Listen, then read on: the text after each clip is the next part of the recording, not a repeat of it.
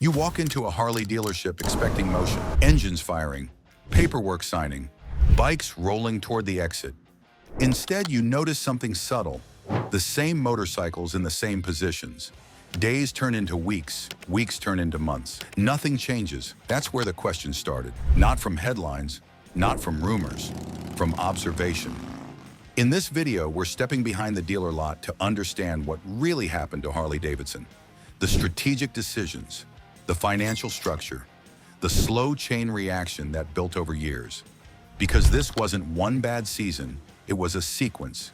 And the first real clue isn't inside the showroom, it's just beyond it. We didn't begin under showroom lights. We kept walking, past the polished concrete, past the chrome reflections, past the sales desk stacked with brochures, promising open highways and long summers. The pavement shifts behind the building, the sound changes, the energy drops. That's where they are. Rows of Harley Davidson motorcycles positioned with deliberate spacing along a chain-link fence most customers never notice.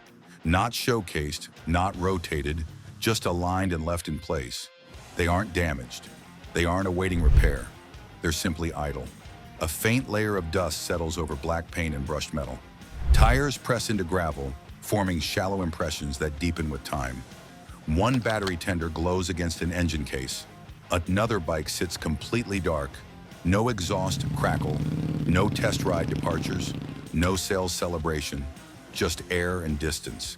These machines were engineered to cross state lines, built heavy, built proud, built to announce themselves before they arrived. Back here, they fade into the background, and when motorcycles begin to age without being ridden, that isn't random, it's evidence. And if this kind of behind-the-scenes investigation into what's really happening on dealer lots is your kind of content, hit the like button, drop a hype in the comments, and subscribe. That's what tells us to keep digging deeper into stories most channels never show. Standing behind the dealer lot, the question feels simple at first. Why aren't these motorcycles moving? But when a brand that dominated American roads for generations suddenly has inventory sitting this long, the answer is never just about today. To understand what's happening here, we have to step back into the history that built Harley Davidson's reputation in the first place. Because the same success that made the brand legendary also planted the first seeds of the problem we're about to uncover next. Long before motorcycles began lining up behind dealerships, there was something very different surrounding Harley Davidson. Respect, not the kind earned through advertising, the kind built over decades of shared miles. Harley Davidson did not simply move steel and rubber, it created affiliation. Owning one meant you belonged to something distinctly American. The exhaust note wasn't background noise, it was a signature. The weight wasn't a flaw, it was presence. You didn't purchase a Harley to follow fashion. You chose it because it represented continuity, a machine you could ride for 20 years and still feel understood by. Dealerships became gathering points. Saturday mornings turned into habit. The badge on the tank carried more meaning than the specifications on a brochure. And for a long stretch of time, that formula delivered. Success reinforced heritage. Heritage encouraged consistency. Consistency hardened into doctrine. Nothing appeared broken. Revenue flowed. Devotion remained strong. But when a company becomes a cultural symbol, adjustment feels dangerous. Improvement can look like compromise. Even subtle changes risk alienating the very people who built the brand's foundation. So Harley guarded its silhouette, its cadence, its core audience. Not out of stubbornness, out of stewardship. Here's the tension. The loyalty that built the empire also narrowed its lane. While competitors experimented with lighter frames, advanced electronics, and broader price ranges, Harley doubled down on familiarity. It wasn't decline, it was stillness. And stillness rarely shows consequences immediately. Harley Davidson built motorcycles, yes, but more than that, it built identity. And identity carries weight, because eventually the question isn't whether the machine can change, it's whether the rider is willing to. And that's where the next crack begins to form. Not in the factory, not in the showroom, but in who's still riding and who never showed up at all. And before we dive into the first reason behind what's happening now, I want to hear from you. When you visit a Harley dealership today, what does the crowd look like? Are you seeing younger riders stepping into the culture, or is it largely the same generation carrying it forward? Share what you're seeing in your area, because ground-level reality often reveals shifts long before corporate earnings do. Now let's talk about the first real pressure point, the aging customer base. The shift didn't arrive with warning, no dramatic announcement, no sudden collapse, just fewer boots crossing the threshold. There was a time when Saturday mornings felt automatic. Coffee in paper cups, familiar faces leaning against the parts counter. New riders circling the floor, asking about seat height, clutch feel, insurance costs. Gradually, that rhythm softened. The veterans still came through. Many had been riding Harleys for decades, but they weren't replacing motorcycles every few years anymore. Some were riding shorter distances, some were riding less often. A few had quietly stopped altogether. What faded wasn't devotion, it was succession. Younger riders were entering motorcycling through different doors, smaller displacement machines, lighter frames, lower price tags. They wanted flexibility, practicality, an easier on-ramp. Walking into a Harley dealership, though, could feel like entering an established club rather than beginning a journey. The motorcycles projected authority. They also projected commitment, financially and culturally. For a first-time buyer, that's a heavy lift. So many chose alternatives. Dealers noticed subtle indicators first. Fewer beginner questions, fewer financing applications from riders in their 20s and 30s. More browsing, less signing. The brand's core audience wasn't disappearing. It was advancing in age without equal replenishment. That imbalance doesn't show up overnight. It accumulates quietly, year after year, and motorcycles don't age out gracefully the way customers do. They remain on the floor, and once younger riders start disappearing from showrooms, the impact isn't immediate. For a while, strong brand identity keeps the sales numbers alive. But another factor quietly grows alongside it, the price of the motorcycles themselves. Because as Harley motorcycles became more premium over the years, the gap between new riders and ownership started widening. And that price gap is exactly where the next part of the story begins. For decades, the price tag reinforced the mystique. Walking into a Harley dealership meant you had arrived at a certain stage in life. The cost was not accidental, it signaled achievement. You weren't just buying transportation, you were stepping into a tier. Higher pricing supported higher status. That positioning worked for years, until the math shifted. A new rider could still admire the lines, still picture the rumble at idle, still imagine rolling onto the highway with that familiar V-twin pulse beneath them. Then came the worksheet: purchase price, sales tax, extended warranty, insurance, riding gear. Accessories most owners consider essential. The total climbed quickly. Financing stretched from a few manageable years into longer commitments. Monthly payments grew heavier than expected. What once felt like freedom began resembling a structured obligation. Some buyers tried adjusting the equation. Fewer add-to-ones, smaller down payment, different trim. Others thanked the salesperson and stepped outside to think about it. Many never returned. The brand continued selling identity, heritage, belonging, American symbolism. But identity becomes difficult to justify when budgets are tight and priorities still forming. For riders in their 20s and 30s, the barrier felt steep, not just financially, but psychologically.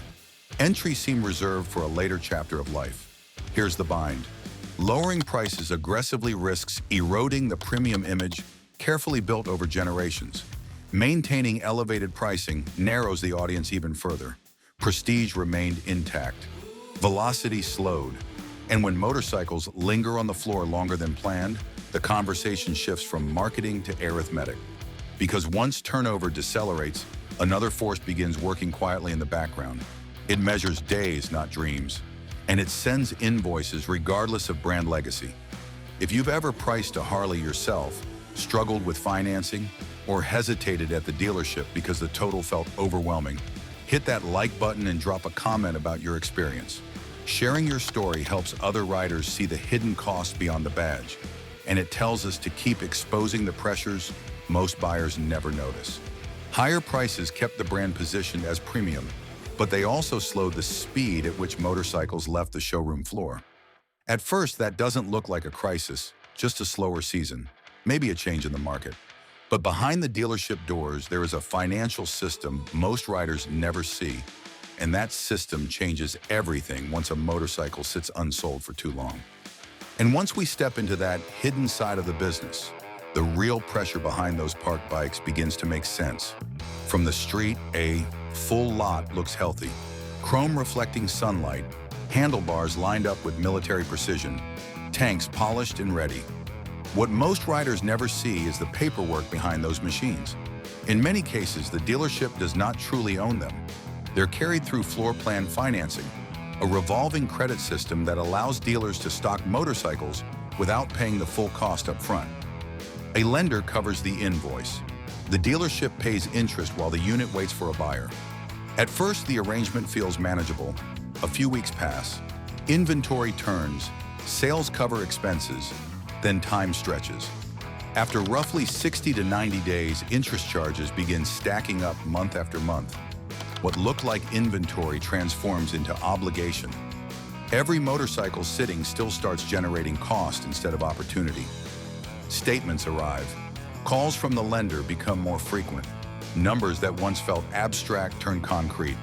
That unsold cruiser in the corner? It now represents accumulating interest. Here's the bind. Aggressive discounts risk weakening the premium perception Harley has cultivated for decades. Holding firm on pricing keeps the brand image intact, but the meter continues running. Dealers walk a narrow line. Wait for the right buyer, protect the badge, preserve margin. Meanwhile, the calendar advances. The system was built for momentum, steady demand, consistent turnover. When movement slows, the structure tightens around whoever is holding the keys. At some point, the question shifts from when will it sell to how much will we lose if it doesn't.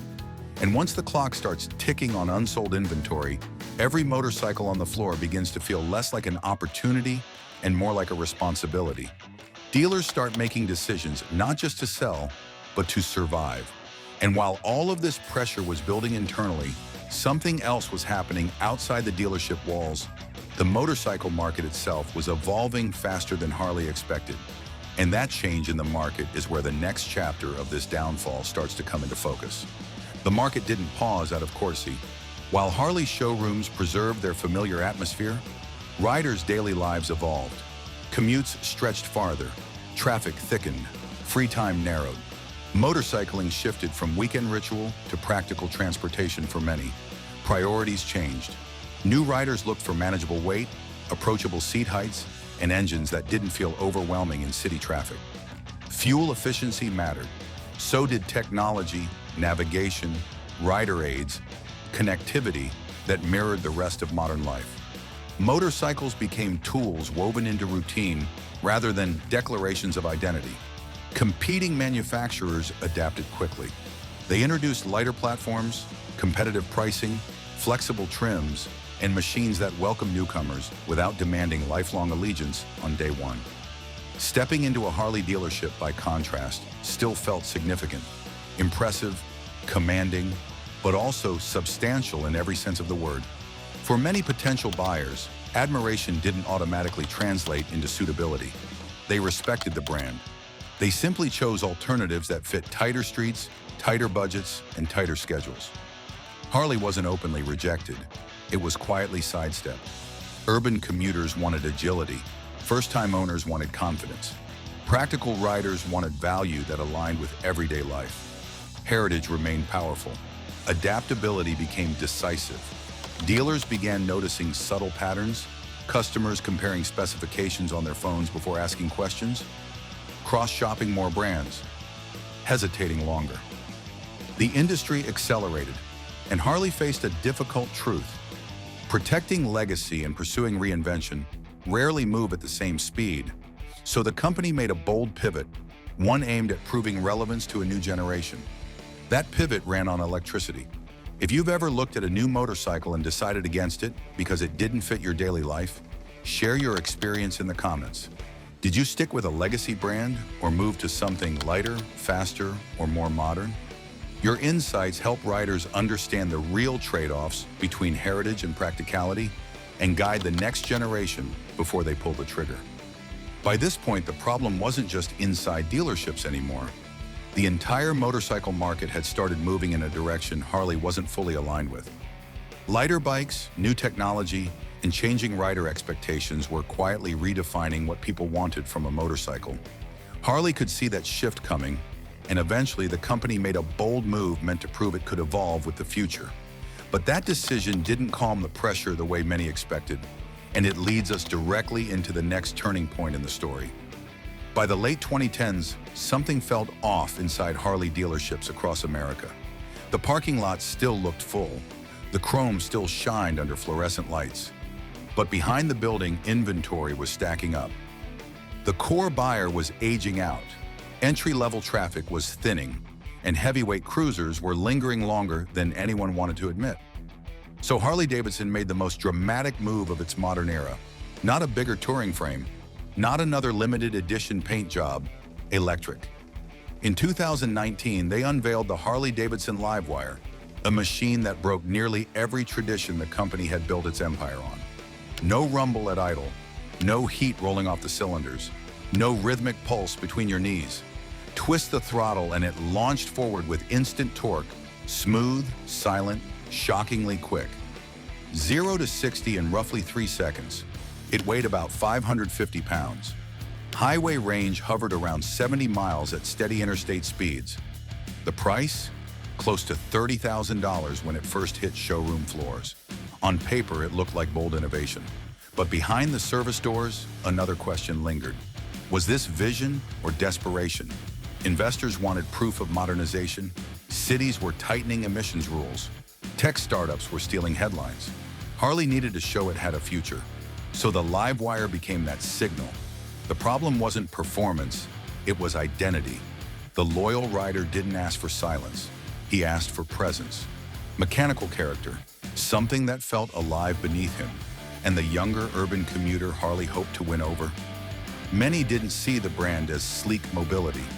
They saw leather vests and highway tradition. The bike landed in a narrow corridor. Too unfamiliar for the faithful, too expensive for curious newcomers. Dealers suddenly had a high-priced experiment sitting beside slow-moving cruisers, and unlike steel and chrome, battery technology ages fast. Every season brought improvements. Every month that bike sat still, its value shifted. Time used to protect Harley. Now it was accelerating something else. The electric experiment showed that Harley was willing to try something new. But innovation alone doesn't instantly rebuild trust with riders who have spent decades associating the brand with a very specific feeling. For some customers, the future looked exciting. For others, it felt unfamiliar. And that tension between heritage and change created a deeper problem that began affecting how people saw the brand itself. And once identity starts drifting away from what riders expect, the consequences begin appearing in places we can actually measure. For more than a century, Harley Davidson did not simply manufacture motorcycles. It manufactured meaning, rebellion, independence, the long American highway stretching beyond the horizon. Owning a Harley was never just about commuting to work. It was a declaration, a signal that you valued steel, sound, and self-reliance. But identity evolves, and markets evolve faster. By the early 2020s, the average first-time buyer was not chasing outlaw mythology. He was comparing insurance premiums, monthly financing terms, fuel range, apartment parking limitations. He was calculating how often he would realistically ride between work, family, and obligations. Weekend cross-country trips became occasional luxuries. Urban traffic replaced open interstates. Many riders wanted lighter frames, manageable seat heights, and machines that fit into real life without demanding total lifestyle commitment. Harley still stood for heritage, but heritage began to feel substantial and sometimes intimidating. Younger customers did not necessarily reject the brand. Many admired it. They respected the craftsmanship and the cultural impact. But admiration does not sign loan paperwork. When tradition hardens, it narrows. The leather and chrome image that once felt magnetic started to feel specific, built for a certain ERA, a certain rider. Dealers began observing a quiet pattern. Visitors toured the showroom, snapped photos beside iconic tanks, spoke reverently about history, and then purchased something smaller, lighter, more practical somewhere else. Respect remained, conversion did not, and respect for the brand didn't disappear overnight, but fewer buyers were committing the way they once did. Showrooms stayed full longer, and motorcycles that were supposed to sell quickly began sitting week after week. And when inventory stops moving at the speed dealerships depend on, the strategies behind the scenes start changing. This is the part most riders never see: the quiet adjustments, the trades, the internal pressure building behind the sales floor. And as emotional loyalty weakened, dealerships were forced to confront the next stage of survival: tactics happening quietly behind the dealer lot itself. By now, the strain was no longer abstract. It was lined up in polished rows under fluorescent lights. Unsold motorcycles, floor plan interest compounding every single day. Quarterly targets still flowing down from Harley Davidson headquarters. When inventory stalls, dealers do not sit patiently. They recalibrate. First came aggressive promotions disguised as seasonal opportunities, then extended loan terms to shrink monthly payments, then factory incentives that quietly eroded what little margin remained. When that failed, the playbook shifted. Trades became leverage. A rider buried in negative equity, roll it forward, stretch the financing, reset the emotional narrative. The previous balance dissolves into a longer commitment, and the motorcycle registers as sold. The spreadsheet improves. Cash flow does not. Some stores leaned on punched units, reporting motorcycles as retail deliveries to satisfy corporate volume thresholds. On paper, performance metrics stabilized. In reality, the bikes simply migrated from new inventory to lightly used listings without genuine demand behind them. Managers pushed harder. Finance offices stretched approvals. Inventory aging reports crossed 180 days, then 240. The symbol of freedom transformed into finance liability. It was no longer expansion, it was containment. And discounts, inventory swaps, and internal incentives can buy a dealership time, but they don't always solve the core problem. Some motorcycles eventually reach a point where keeping them on the floor costs more than letting them go. And when that moment arrives, those bikes quietly leave the showroom altogether. Not through a customer purchase, but through a system most riders never witness. And that system leads to the next place, where unsold motorcycles finally end up. When a motorcycle refuses to retail, refuses to trade, refuses to justify its square footage, it exits quietly. Transport carriers arrive before the showroom opens. Units are wheeled out without spotlight or ceremony. Inventory counts drop, not because customers surge back in, but because expectation finally gave out. Many of those motorcycles travel far from their original dealerships. They end up in wholesale facilities, vast warehouse spaces where rows stretch under harsh fluorescent lighting, different paint schemes, identical fate. At auction, emotion disappears. There is no heritage speech, no discussion of legacy, no test ride around the block, only bidding screens. Dealers analyze acquisition cost. Buyers calculate resale margin. Every decision revolves around numbers, not narrative. Here, the machine is no longer a symbol. It is distressed stock, an asset that must convert to cash, even if that means accepting a painful loss. For the sending dealer, this is acknowledgement. The market declined the offer. Profit is irrelevant now. The objective is relief, reduce floor plan exposure, regain liquidity, steady operations. The process feels administrative, almost sterile, yet beneath that routine transaction lies something heavier.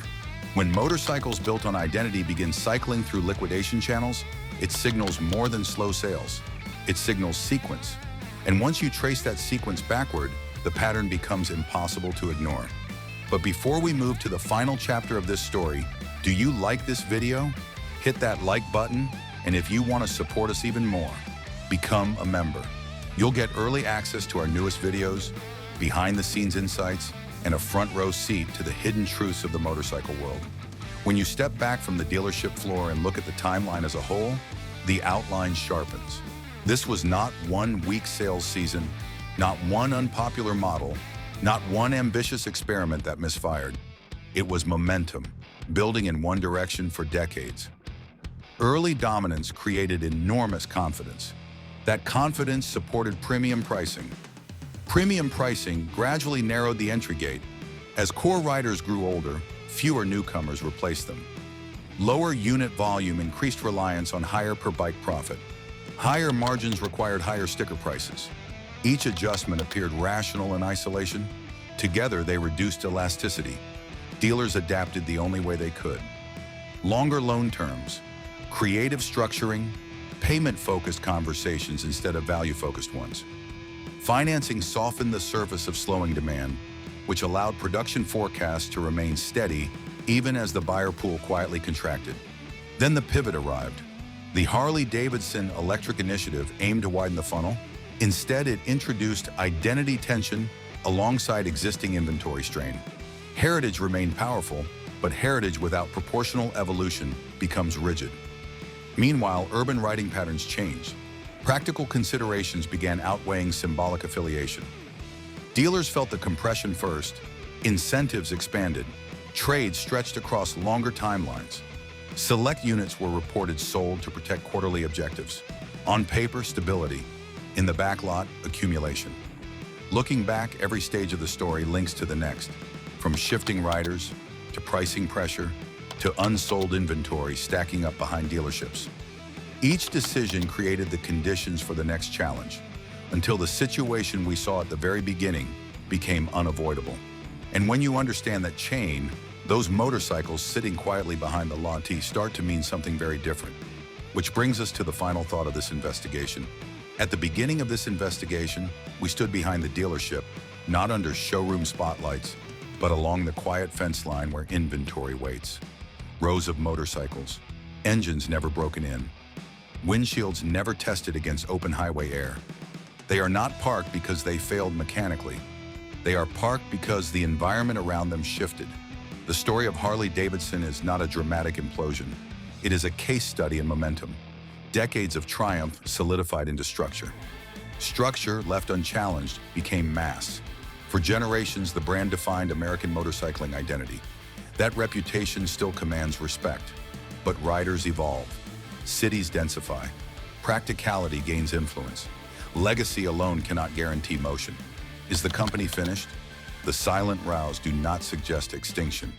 They suggest transition, a manufacturer positioned between preservation and reinvention.